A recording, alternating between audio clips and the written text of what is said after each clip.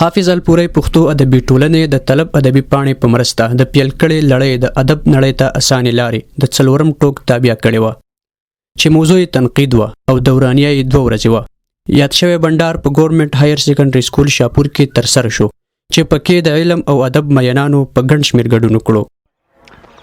مونږ نننی چې کوم سیشن واغس پرون او نن نو اسف احساس صاحب ډېر ښکلی ریپرزینټ کو او دا سیشنو تنقید په باره کې تنقید وی ستا کریټیسیزم نو زه خو ما خو ته یو غټه خبره دا زده کړه تنقید په باره کې چې د یو سیز یا یو کلام خواله یا چې کوم د خامی هغه بیانول دي ته وی تنقید وته ویل شي. زمونږ تر اوسه پورې زمونږ ذهن کې سو مونږ وی خامی بیانول او زه دا نور کسان چې کوم دي کوم جدل د دې سیشن له نور راغلي یا چې بهرني کسان دي هغه تنقید هم دي ته وی چې یو سیز چې کوم د خامی بیانول نو هغه له پکار دي چې دا سیشن چې کوم د باقاعده د دې تنقید په اړه کې ځان پوهه کی. ټولم خداول زه د ارشاد خالق او اسف احساس او عدنان زیګر خان ډېر شکریا ادا کوم چې هغوی دومره ماحول مونږ ته جوړ کړو چې هغوی دا کلاسونه دي تنقید کلاس پرونه او نن زما د خپل طرفه او خپل د نوجوانانو ته خصوصي چې د کلاسونو له ټایم ورکوي. د ادب نړۍ ته اسانې لارې که هر څومره اسانې دي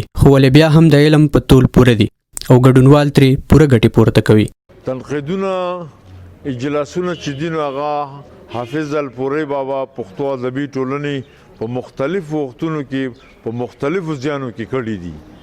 ما چې کومه د احساس صاحب او اسف احساس صاحب کوم خبرې واورېدې نو موږ په ایم اردو کې داسې خبرې نه دي اورېدلې. نن یو داسې پروګرام او باورې د وملي د چې یقیني خبره زه ډېر زیات خوشاله شوم او دا ډېره خوشحالۍ خبره په دې ده چې زموږ نوي کل لپاره هغه څیزونه راځي چې کوم موږ 10 کاله او 20 کاله مخکې غوښتل چې دا دې وشي هغه نه کېدل.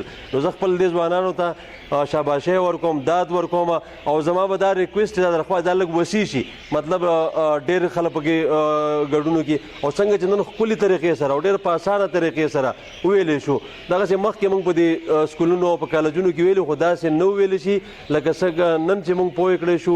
تنقید په ټولنیز ژوند کې هم مهم کردار لري خو ولې د پوهانو په خیال د ادب په وده او روزنه کې لکه د ملا د تیر حیثیت لري. تنقید د ادب لپاره ډیر ضروری دی. ادب تخلیق کول بغیر د تنقید نه کیږي. دا پکار د چې ټول نړۍ به موږ دا نشس کړی وي اوس هم په ټیم منو شو ان شاء الله تعالی دا لړۍ به دغه سي دوامدار وي. حافظ الپورۍ ادبي ټولنه به د طلب په مرسته باندې دا لړۍ دغه سي دوامدار ساتي. د علم او ادب دا لړۍ به دوامدار وي او وخت په وخت به په بیلابیلو علمي موضوعاتو داسې خوندور بنډارونه تابع کوي د پوهې دپاره د علم دپاره. ارشاد خالق، طلب ادبي پاڼه، شاپور شانګله.